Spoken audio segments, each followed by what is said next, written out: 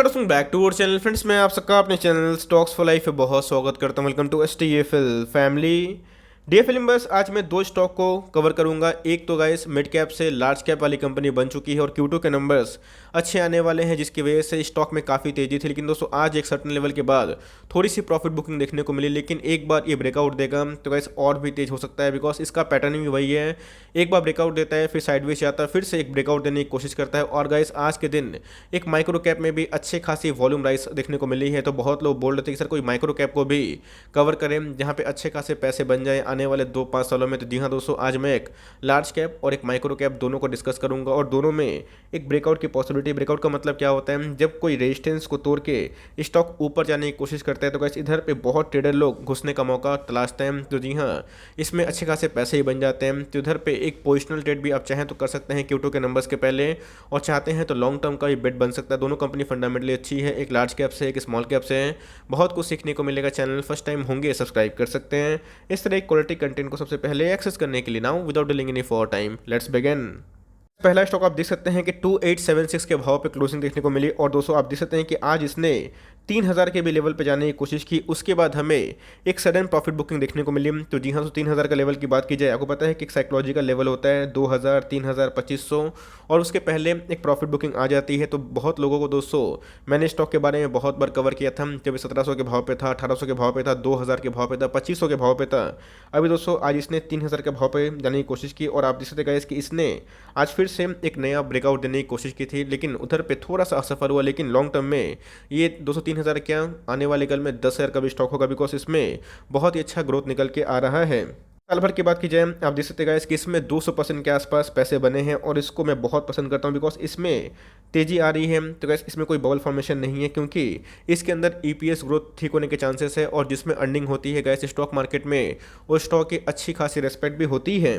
5 years की बात की जाए, आप देख सकते हैं गैस कि इसने 2200% के आसपास पैसे बना के दिए हैं। 5 सालों में भी इसने मल्टीबैगर पैसे बना के दिए। ऑल्दो दोस्तों हमारा जो इधर पे निवेश है वो बहुत ही निचले भाव पे है, 3 डिजिट के भाव पे, लेकिन हम लोगों ने कंटिन्यूसली बेसिस पे इसमें एवरेजिंग भी की थी। बहुत लोग पूछते हैं कि सर एवरेजिंग करने से उनका जो एवरेज प्राइस है बढ़ जाता है, लेकिन उनको मैं बता दूं कि गाइस अगर आपके एवरेजिंग करने से आपका एवरेज प्राइस बनता है तो जी हाँ, उधर पे आपके नंबर से बनते हैं। लॉन्ग टर्म तक अगर आप कोई स्टॉक को होल्ड करते हैं तो उधर पे टाइमली अगर अप ट्रेंड चार्ट है तो उधर पे SIP कंटिन्यू करिएगा, बिकॉज SIP का मतलब क्या होता है, आप तेजी के मार्केट में भी निवेश करते हैं और मंदी के मार्केट में भी निवेश करते हैं, जिससे आपकी क्वांटिटीज बढ़ती है। तो जी हाँ, SIP का बहुत ही खास फार्मूला है, और इसको मैंने बहुत बार कवर भी किया था। लेकिन अगर आपको पैनिक हो रहा है कि सर मेरा एवरेजिंग 2000 के लेवल से 2200-2300 चला जाएगा, तो इसलिए आप नहीं कर रहे हैं, तो मुझे लगता है कि लॉन्ग टर्म में आप बहुत बड़ी मिस्टेक करें, बिकॉज ये सब स्टॉक आने वाले कल में 5000 का या 10,000 का भी होगा। अगर आपके पास सफिशिएंट क्वांटिटी है तो ठीक है, वरना आप चाहें तो इसमें SIP भी कर सकते हैं। स्टॉक का नाम क्या आप देख सकते हैं, दीपक नाइट्राइट लिमिटेड। मैं आऊँगा माइक्रो कैप में भी, जिसमें आज हमें ब्रेकआउट देखने को मिला है, और ये अगर ब्रेकआउट सस्टेन करता है तो आने वाले कल में और भी तेज हो सकता है। दीपक नाइट्राइट की बात की जाए तो कैसे आप देख सकते हैं कि मैंने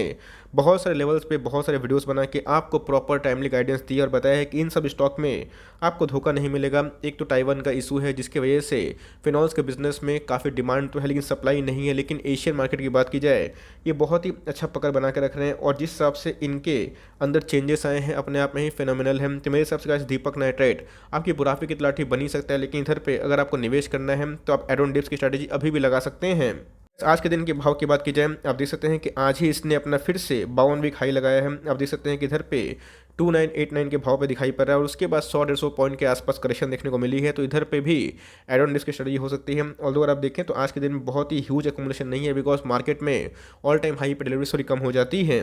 इसी के बारे में डिस्कस कर रहा था, जब से मैंने दीपक नाइट्राइट कवर करना स्टार्ट किया उस समय 13,000 करोड़ की मार्केट कैप थी, 15,000 करोड़ की मार्केट कैप थी, 20,000 करोड़ के आसपास की मार्केट कैप थी, और उसके अगर आप देखें तो अभी के टाइम में 40,000 करोड़ के आसपास की मार्केट कैप है। मतलब दोस्तों एक लार्ज कैप कंपनी आप कंसिडर कर सकते हैं। स्टॉक का दोस्तों अगर आप ROC देखें 27% के आसपास है। ROE की बात की जाए तो वैसे ये भी एक टॉप क्लास दिखाई पड़ जाती है। तो मैं इसी के बारे में डिस्कस कर रहा था। अगर आप देखें तो इनके जो सेल्स है एक्सपोनेंशियली बढ़ रहे हैं, मतलब इनके हर साल इनके सेल्स में काफ़ी ग्रोथ दिखाई पड़ रहा है, और जिसके वजह से आने वाले कल में फिनॉल सेगमेंट से भी इनके अच्छे खासे रेवेन्यू आ सकते हैं। मुझे अच्छे से याद है Q4 के नंबर्स भी आउटस्टैंडिंग थे। Q1 के नंबर्स जैसे आए थे उस हिसाब से जो भाव अभी के टाइम है वो पहले ही आ जाना चाहिए था। मैंने आपको खुल के बताया था कि 2500 क्या 3000 भी जाएगा, और दोस्तों वही हमें देखने को मिल रहा है। तो उनके सेल्स में काफ़ी ग्रोथ है। है। प्रॉफिट की बात की जाए, आप देख सकते हैं कि प्रॉफिट ही बोलता है कि उनके शेयर प्राइस का रिफ्लेक्शन क्या हो सकता है। अब देखिए अगर तो इनके जो सेल्स हैं ये 5 साल से और 3 साल में बढ़ते हुए दिखाई पड़ रहे हैं। लास्ट 3 ईयर्स में इनके सेल्स बढ़े हैं। प्रॉफिट की बात की जाए तो ये बढ़ता हुआ दिखाई पड़ रहा है। तो वैसे इन सब स्टॉक को लोग इधर पे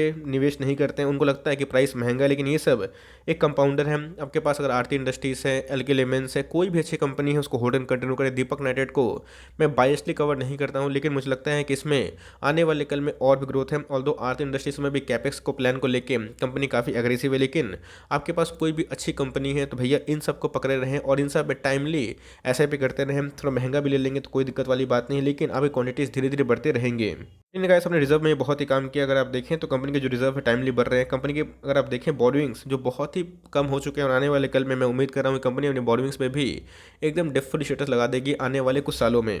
दीपक नाइट्रेट की बात की जाए, मैंने आपको इसके पहले ही बताया था, ये रहा कॉन्सोलेशन फिर ब्रेकआउट फिर कॉन्सोलेशन फिर ब्रेकआउट फिर कॉन्सोलेशन फिर ब्रेकआउट। तो आप देख सकते हैं इधर पे एक ब्रेकआउट देखने को मिल रहा है। तो जी हाँ, बहुत लकी होंगे कि आपको फिर से ये 2750 के भाव पे मिलेगा। तो इसका आप चाहें तो वेट भी कर सकते हैं। मार्केट में थोड़ी सी वीकनेस आएगी तो हो सकता है कि थोड़ी सी धुलाई और पिटाई हो जाए, लेकिन अगर नहीं होती है तो भाई आप फिर से हाथ मलते रह जाएंगे। तो मेरे हिसाब से अगर आपको निवेश करना है तो इधर पे एसआईपी की वजह से करते रहें। अपने ही पीयर से अभी भी अंडर वैल्यूड है, क्योंकि इनके प्राइस टू अर्निंग अगर आप कॉन्सोलेट वे में देखें तो 30-40 के आसपास दिखाई पड़ती है, जहां मार्केट में अभी भी बहुत ही हाई वैल्यूएशन पे शेयर ट्रेड कर रहे हैं। तो मेरे हिसाब से इन सब पे एसआईपी करें और गिरता है तो इधर पे आप लाभ उठाना सीखें। दूसरा जो स्टॉक है आप देख सकते हैं कि 221 के भाव पे है। जी हाँ दोस्तों, अभी की बात की जाए तो ये 1000 करोड़ के आसपास की मार्केट कैप है और आज के दिन हमें एक स्टेलर तेजी देखने को मिल रही थी। 11-12% के आसपास आज इंटरडे अप दिखाई पड़ रहा था। पूरे साल भर की बात की जाए आप देख सकते हैं कि इसने 70% पैसे बना के दिए हैं और इसमें आप देख सकते हैं कि एक मेजर रैली ड्यू है, क्योंकि इनके पीयर्स की बात की जाए उनके अंदर भी हमें अच्छी खासी उछाल देखने को मिली है और कंटिन्यूसली बेसिस पे इनके पीयर्स भी काफ़ी भाग रहे हैं। माइक्रो कैप होने के बावजूद अगर आप देखें 5 सालों में इसने अच्छे पैसे बना के दिए। मुझे लगता है कि लॉन्ग टर्म में ये कंपनी और भी रिवॉर्डिंग कर सकती है। अगर आप देखें 500 टन भी 857% के आसपास दिखाई पड़ जाता है। कंपनी का नाम क्या आप देख सकते हैं, ब्लैक रोज इंडस्ट्रीज लिमिटेड। इसके पहले आपने देखा कि यसो इंडस्ट्रीज ने जब एक ब्रेकआउट दिया तो जी हाँ पकड़ में नहीं आई। इसका जो ट्रैक रिकॉर्ड है बहुत ही पुराना है, तो आप ऐसे कंपनी पे निवेश कर सकते हैं। और इधर पे ऐसा नहीं है कि आप बल्क निवेश कर दे। मैंने क्या बताया, मैंने एक लार्ज कैप को भी डिस्कस किया। इधर पे आपको स्टेबिलिटी है दीपक नाइट्रेट में, एलके लेमेंस में, नवीन फ्लोरिन में, एसआरएफ में। लेकिन अगर आपको थोड़ा सा रिस्क टू रिवॉर्ड सही चाहिए, थोड़ा सा हाई रिटर्न चाहिए, तो आपको उसके लिए थोड़ा सा रिस्क लेना पड़ेगा। बट कंपनी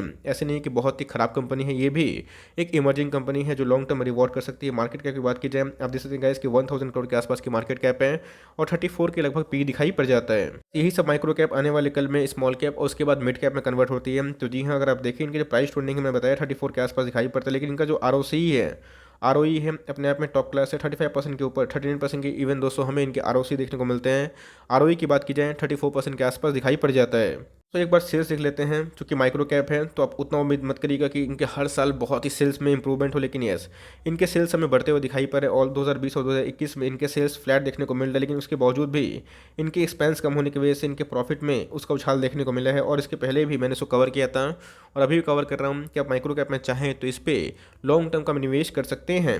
की बात की जाए आप देख सकते हैं कंपनी के पास 85 करोड़ के आसपास रिजर्व है, जो अपने ही मार्केट कैप से काफ़ी सुधरा हुआ है। बोरिंग्स की बात की जाए कंपनी अपने बोरिंग्स पे काफ़ी खर्चा कर रही है, मतलब कम कर रही है। और इधर पे कंपनी का जो स्टेटमेंट था लास्ट क्वार्टर के बाद के रिजल्ट में उन्होंने बताया भी था इनको अपने डेट फ्री स्टेटस को कंटिन्यू करना है। तो जी हाँ, कंपनी अगर एक बार डेट फ्री होती है तो इसमें लॉन्ग रन में अच्छा खासा पोटेंशियल बैगर बनने की ताकत हो सकती है। होल्डिंग के बारे में डिस्कस करें तो 75% जो स्टेक है प्रोमोटर्स को ओन करते हैं। एफआईएस थोड़ा सा इंटरेस्टेड है, लेकिन एफआईएस ने थोड़े स्टेक कम किए हैं। बात की जाए पब्लिक की तो गैस उनका भी स्टेक थोड़ा सा माइनरली बढ़ता हुआ दिखाई पड़ रहा है। तो मतलब प्रोमोटर और इधर पे पब्लिक ही इनके कता धरता है और इधर पे एफआईएस और डीएस बहुत ही कम इंटरेस्ट लेते हुए दिखाई पड़ रहे हैं। मेरे हिसाब से ब्लैक रोज में अगर एक बार 230 के बाद अगर जाने की कोशिश की तो इसमें एक मेजर ब्रेकआउट हो सकता है। तब चाहें तो सीएमपी में थोड़ा सा एड ऑन डिप्स कर सकते हैं। अगर ब्रेकआउट नहीं हुआ तो जी हाँ, ये फिर से गाइस 210 के लेवल पे आ सकता है, 215 के लेवल पे आ सकता है। तो उधर पे आप चाहें तो ऐसे बिजनेस पे धीरे धीरे निवेश कर सकते हैं। अगर आप दीपक नाइट्रेट का जो शेयर है उसको अगर आप 10 परचेस करते हैं तो ऐसे शेयर को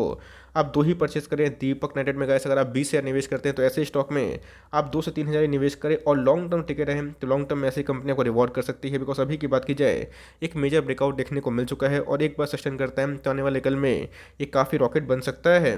timing that's a point of view कि भाई इधर पे लार्ज कैप पे निवेश ज़्यादा करिए और माइक्रो कैप में थोड़ा कम करिए, लेकिन चाहते हैं थोड़ा सा हाई रिस्क लेके थोड़ा हाई रिटर्न को गेन करें तो जी हाँ, ये भी क्वालिटी वाली कंपनी है और आपको लॉन्ग टर्म में अच्छी खासी रिवॉर्ड भी दे सकती है। आई होप मेरा एफर्ट आपको अच्छा लगा। वीडियो अच्छी लगी तो